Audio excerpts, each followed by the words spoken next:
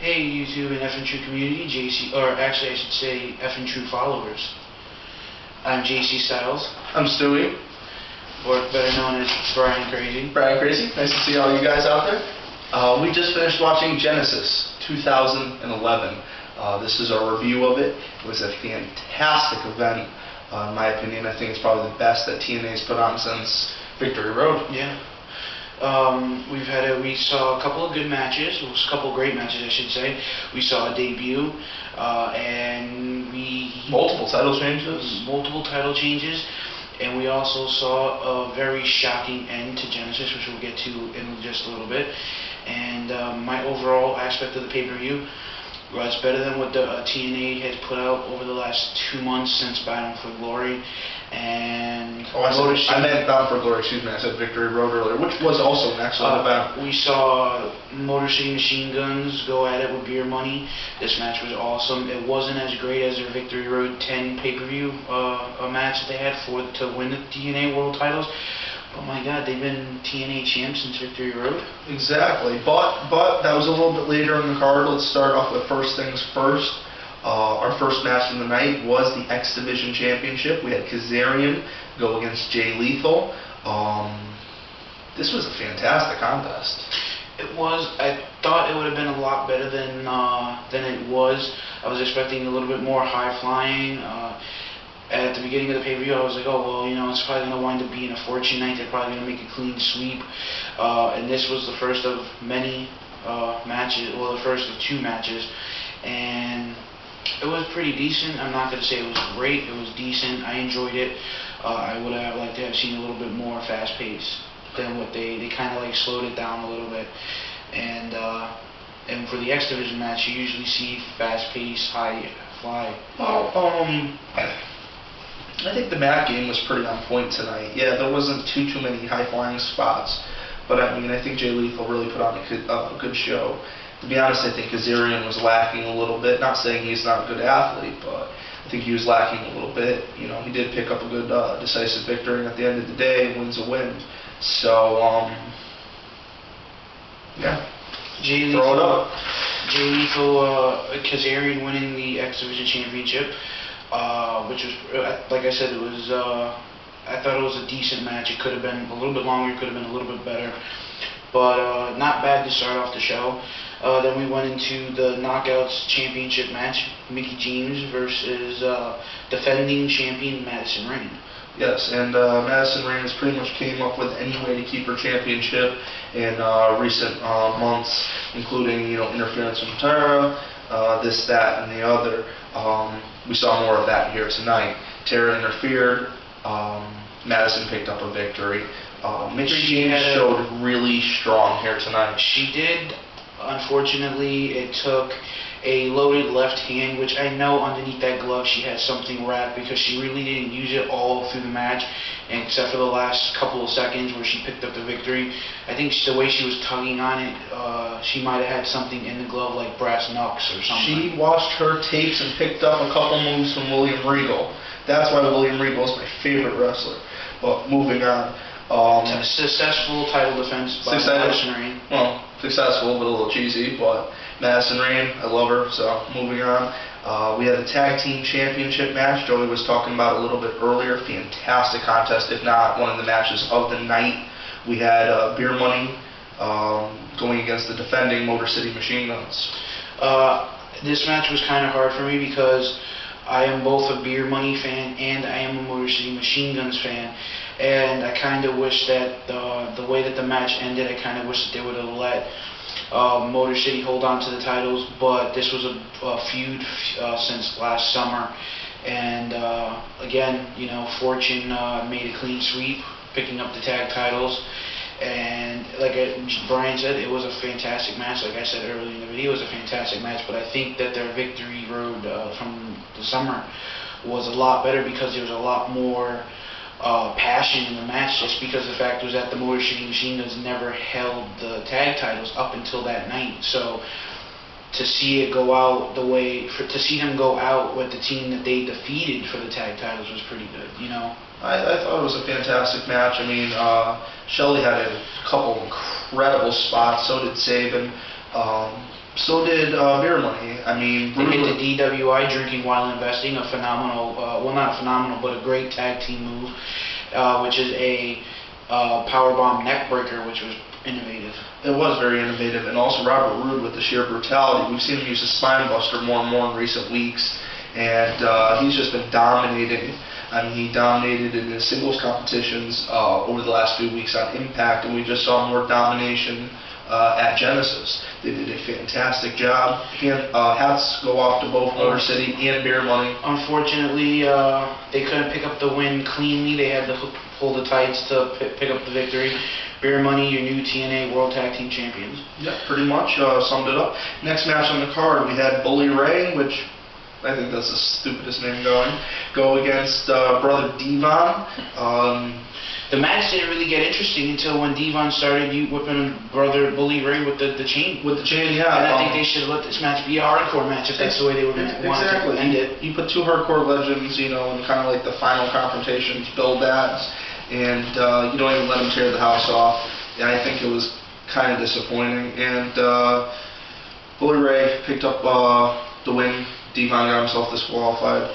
Next match was surprising. They threw a little curveball at us. This was billed as Douglas Williams versus AJ Styles. If AJ Styles lost, he would have been banished from Fortune and the Immortal Supergroup.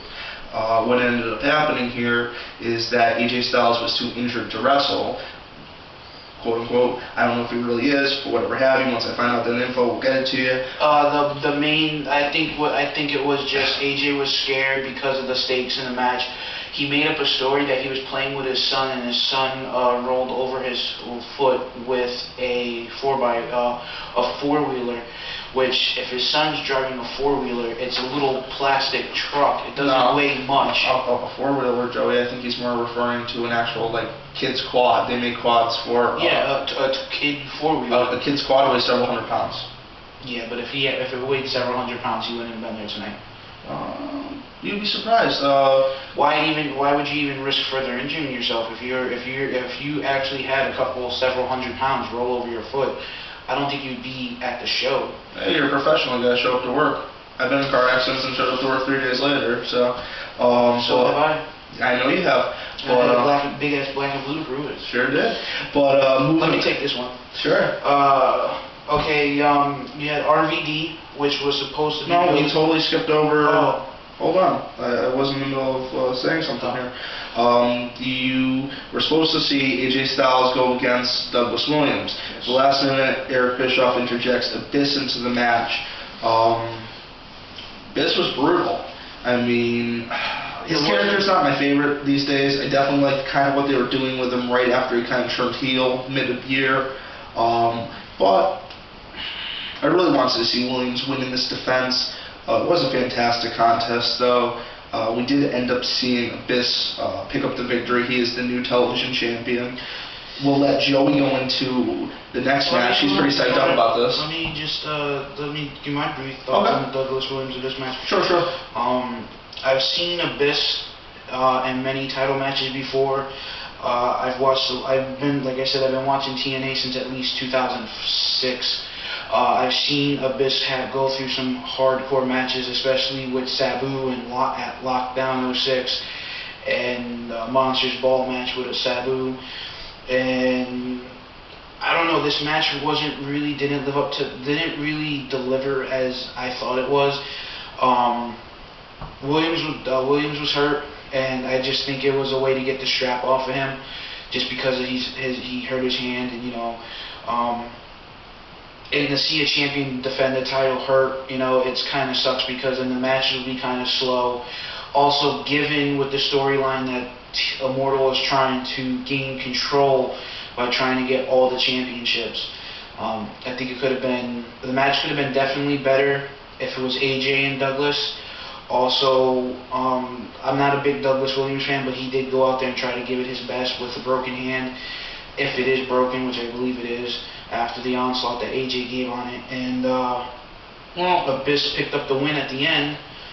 But, like I said, the match could have been better if Douglas Williams was 100%, because we've seen Douglas Williams go out there and put on a great match, but the fact is that he was injured. the match really wasn't Well, the way great. Well, the way I saw it was they were putting Abyss out there so Douglas Williams could pick up the victory, so AJ wouldn't be kicked out of anything. But you end up having Abyss pick up the win anyway, and Doug dropping the title. So why not have AJ come out there? I think the main story was Douglas was supposed to drop the title to AJ, but instead they kept the angle, but they had him drop it to Abyss instead. Yeah, but that's the reason why I said the match wasn't really that great. I would have rather have seen AJ pick up, but you guys clicked on the link. You had RVD versus Immortals, a mystery opponent. Last October, this gentleman was released by WWE. His 90 days came up at the beginning of the year, I think. And there was a backstage promo right before the match. RVD was saying, I want Hardy. I want Jeff. I know it's Jeff. I know you guys are picking Jeff, so just tell me right now. And he goes, you know what, Bischoff says, you know what, RVD, if you want Jeff Hardy so bad, you best not wish, what's that saying? Something wishing, wishing upon yourself? No. Be careful what you say because you might just get it. Be careful what you wish for? He says you want Hardy. As soon as he said you want Hardy, you got him. I was already jumping up and down because I already knew. I was like, it's Matt. I knew when they booked the RVD versus mystery opponent match that the likelihood of it being Matt Hardy was extremely high. At the time, we didn't know for sure because we didn't know when exactly he was released by WWE. I knew when he was released in 90 days. Yeah, but we didn't find that out until a couple of days prior to the event that he was released 90 days ago. But Matt Hardy, I keep tabs on some things, but that's okay. Matt Hardy went out there, his first TNA match ever. He was never in TNA, and delivered. Genesis, over the last couple of years, have had big debuts. You had, in 2007, you had Booker T debut as Sting's mystery opponent. Then, I don't know if they had anybody debut in 08 or 09. I think they had someone in 08 and 09. And then last year, they had Mr. Kennedy. Or Mr. Anderson. Now this year they have Matt Hardy. Great match. Matt went out there, delivered. I think he actually might have actually pushed RVD because as of late we've seen RVD get kind of stale in the ring. I don't know. I think RVD has actually been doing quite well since he's came back from his little hiatus. After they stripped him of the heavyweight title. But basically the whole entire gimmick of RVD was that basically he wants Jeff.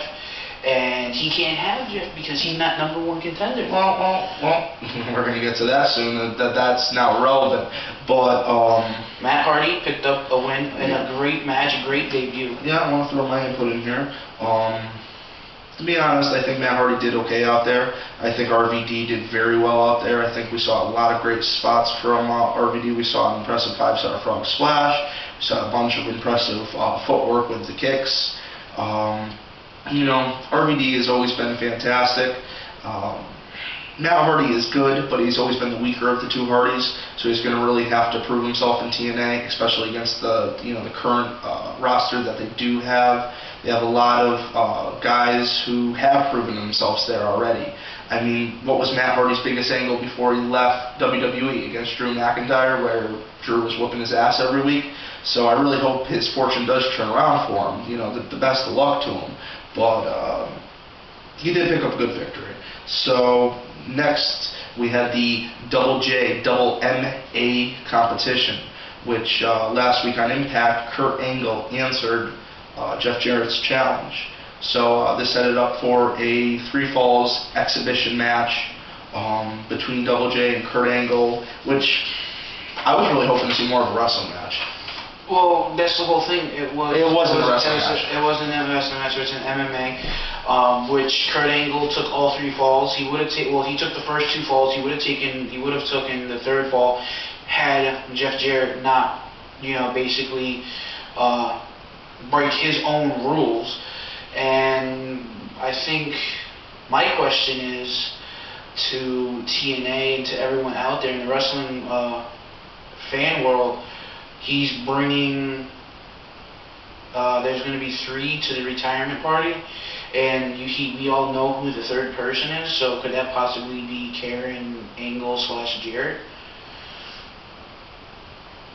or is it someone else that we don't know?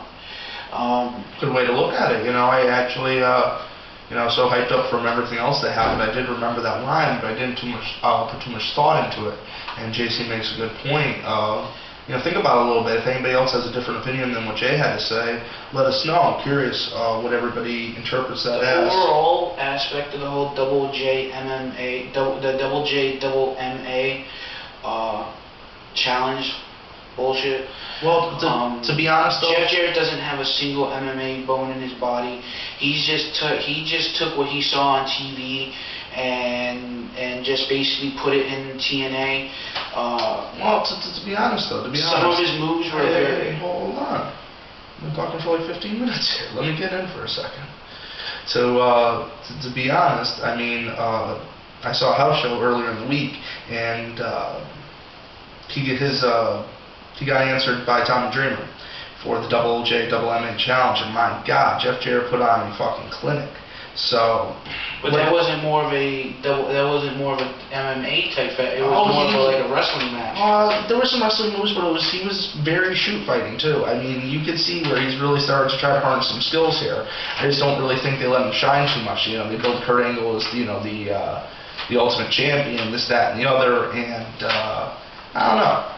If Double J, I love Kurt, but if Jeff Jarrett has any MMA bone in his body, then I'm a former UFC World Heavyweight Champion. Okay. So we had the next match after that was the number one contenders match, and Matt Morgan came out in a video package. Last Thursday he says, "Hey, the moment I step in those ropes and the bell rings, I'm not your friend. I'm there to do a job, and that's become number one contender." And I think the first couple of shots that Matt landed on Anderson were headshots. Yeah, he was, I think he, Oh, also, he didn't do it. I picked these up for me and JC. Pro wrestling is real. People are fake on the back. Yeah, I picked these up for me and JC at the live event in Wallingford, Connecticut. Awesome. I've already gotten a couple comments from guys out there for some footage I put up. If you guys haven't seen it, check it out. A couple guys were there.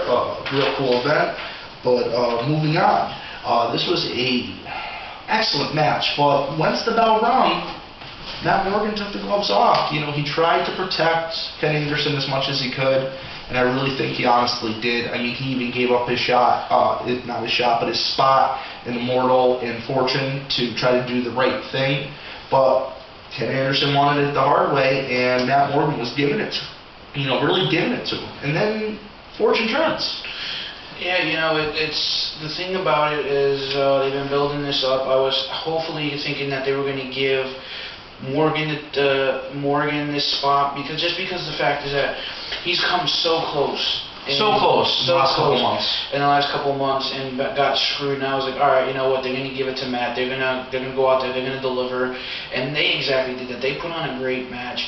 A lot of times during the match, I was thinking that Anderson wasn't gonna prevail. I was like, all right, you know what? It's already over. Ken was looking like he couldn't even stand. He was trying to. A lot of times he was shaking his head, making it look like he was trying to shake some cobwebs that he had up there. And I guess the really only thing that matters is that 3 seconds when the ref's hand is coming down. I mean, Morgan was brutal out there. He was doing a fantastic job. Fortune turned for him. I mean, Ken picked up the victory. Then we had a surprising turn of events. Right when you think, just when you think the pay-per-view's going on. Yeah, typically these events run about 2 hours and 40 minutes. So you look over the clock and you figure, okay, this match is lasting 5 more minutes, just like you do at Raw. Raw in the States goes off at 11:07. Exactly. So when the bell rings at 11:01, you got 6 minutes to go. You know what I mean? So you got Bischoff comes out. And he looks he grabs a chair. It looks like he's about to hit Anderson with it. He sets it up, sits down, and he's looking at him. And he goes, all right, I'm not going to make you wait for your title shot. You get it tonight against Hardy. So we're set up for Anderson versus Jeff Hardy for the world title. Jeff Hardy walks out so confident. He's smoking a cigarette, and he's not even dressed in his wrestling gear. He's wearing a pair of jeans and a button-down shirt with a tie. He hops into the ring. He nails 2 Twist of Fates. Twist of Hates. Twist of Hates, excuse me. He does kick out of, Anderson does kick out of both of those. He also kicks out of a Swanton Bomb. Exactly. That was a little bit after. That's after the Blueprint hit a major clothesline. Mick Foley comes down and tries to grab the chair and avoid Anderson from being hit with it. Then we have Aaron, but they flash back to the ring and Bischoff has a chair again. They make it look like Bischoff is going to hit Anderson with the chair with his back is turned. Anderson turns around, notices, explodes right into the mic check. Then as Jeff Hardy gets back in the ring, that's when the match turned, and I think that's when the match actually changed hands to Mr. Anderson's favor. Yeah, well, right before that, there was that big swanton that Joey talked about, which first he avoided a swanton. Looked like he was going to gain a big superplex off the top rope. He ended up knocking him off. Hardy hits a swanton on Anderson. Anderson kicks out.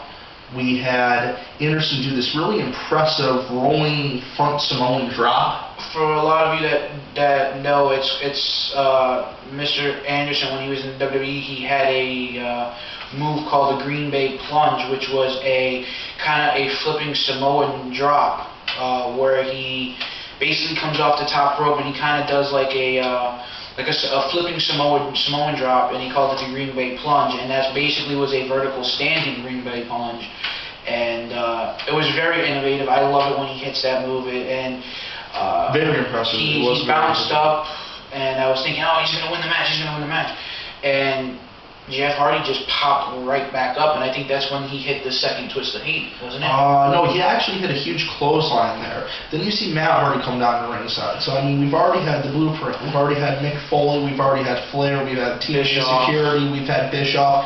Now we have Matt Hardy. And the match is still going on. We have Matt Hardy come down. Who shows up next? Rob Van Dam. So we have Rob Van Dam come down. They're beefing, they're fighting. Rob Van Dam's beating them down. They go back up towards the stage area. That lasted all of about, what, 30 seconds? Yeah.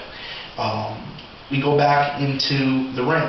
This is where Mr. Anderson hit that mic check on Bischoff that you were talking about. I mean, he bounced his head right off that mat. And for you guys that aren't out there that are familiar with the construction of the ring, I've been doing a little bit of research, and also I got to talk to a couple of the roadies. It is all pure steel beams. There is no springs. It's plywood, steel beams, a thin pad, and some cloth. That is it. It offers no protection. So when these guys hit this ring, give them some respect. Yeah, some of it might be a little choreographed. You know, they talk to each other if you've ever seen, you know, some of the wrestling documentaries. But when these guys take a bump, these guys take a bump. So, you know, hands off to all these guys, especially Eric Bischoff. I mean, he's a producer. He's not a wrestler. And he's out there taking bumps like the rest of the guys. I think the biggest bump that he's ever taken was the jackknife off the stage at the Great American Bash by Kevin Nash. Very true. Very true. Let's wrap this vid up because I think we're coming to the end. We are basically coming to the end. He hit that big mic check on Eric Bischoff. Jeff and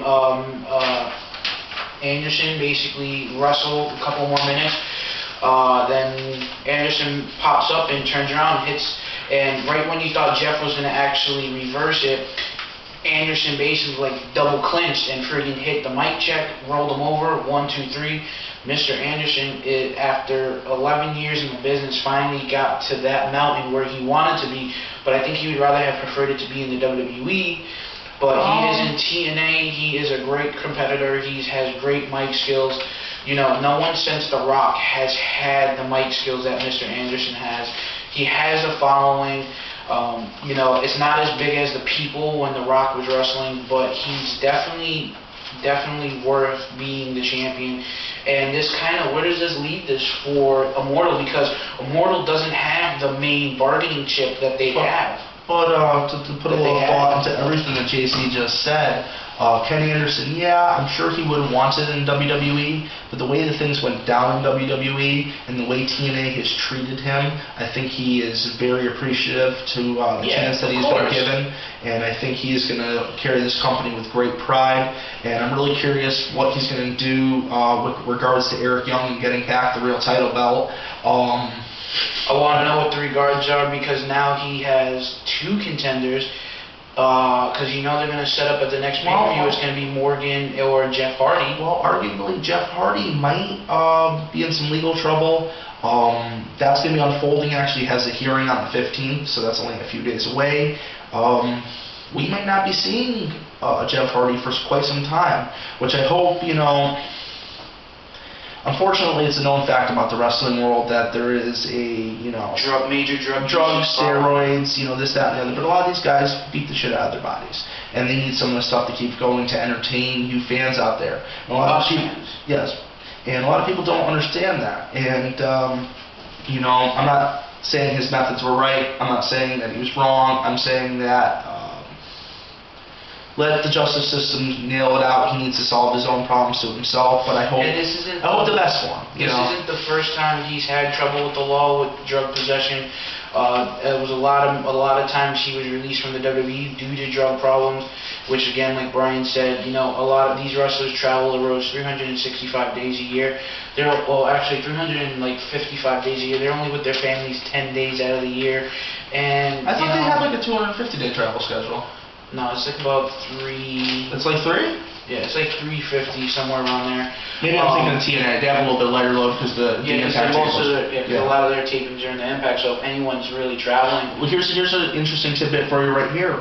When I was at the event Thursday night, they just got back from Tokyo. They just flew in. They were all jet lagged. You should have saw these guys signing autographs. They were like, it was great to see them, but they were so tired. They were in Tokyo, then Wallingford, Connecticut, then Westbury, New York the next night. Then they were flying back down to do the pay-per-view we just watched, and then they're going to Europe this week after the Impact tapings. So, hats off to these guys. They're covering the world in a matter of a week. Yeah. When it used to take, 400 years ago, it used to take 4 months to get across the ocean. So, we've definitely made great strides as people, just a totally separate note. But I think what you asked earlier to kind of close out this video, both of us give quick thoughts real quick. Where does this leave TNA? I think this definitely sets up Anderson, Morgan, Hardy, RVD, maybe Abyss, AJ Douglas Williams. I have a feeling that there's going to be, I want to see what's going to happen, because Bischoff's going to have to answer to Hogan on Thursday. And, it's just the thing. If Hogan can make it to the Impact Zone. If Hogan makes it to the Impact Zone, correct. So, as wrestling fans, we just have to wait and see. I've noticed that TNA hasn't been putting out their spoilers as of late on Tuesday nights or Monday nights or whatever have you. So, they've definitely been keeping let's things see what happens. Trying to keep some of these major storylines more under wraps. I mean, it's the way they have to survive as a company. If they do not keep it competitive and edgy, it's going to go the way of the wayside. So for Genesis 2011, what did you think? Overall, this was good. Out of an overall rating, I'd probably give it. I'd probably give it a 4.5, because I was really hoping to see. And that's on a 0 to 5 scale? Okay. Yeah, 0 to 5. 5 being the best. I'm rating it as the whole pay-per-view, like usually how they do 4.5 rating or whatever. Okay.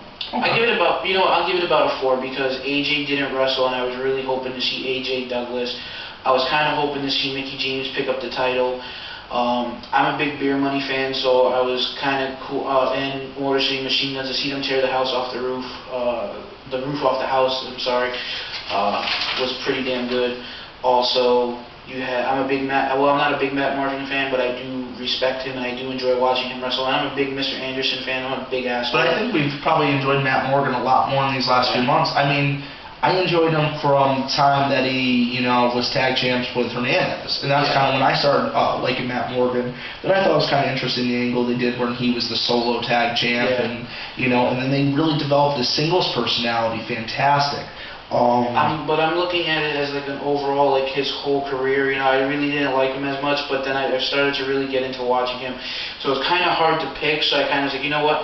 I like either outcome, whether it's Morgan or Anderson. But I think Anderson, right now, he was kind of screwed at Bound for Glory. Never really got a chance back at the title. So I'm kind of glad with the outcome. I give it a 4.0 out of a 5.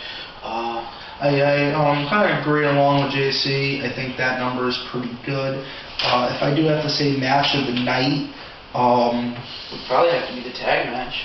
Either the tag match or that whole combined #1 main event sequence of events. I mean, the planning out of that was very good. I mean, all the performers were, you know, right on point with what they needed to be doing.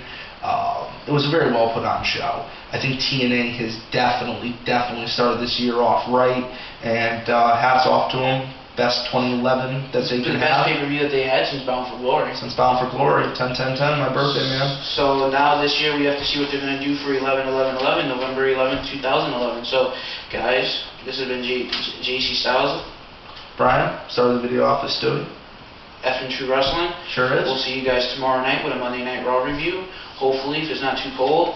And, yeah, that's a wrap. Hopefully you enjoy this video, and we'll see you in a week. Yeah, it's been great being with you.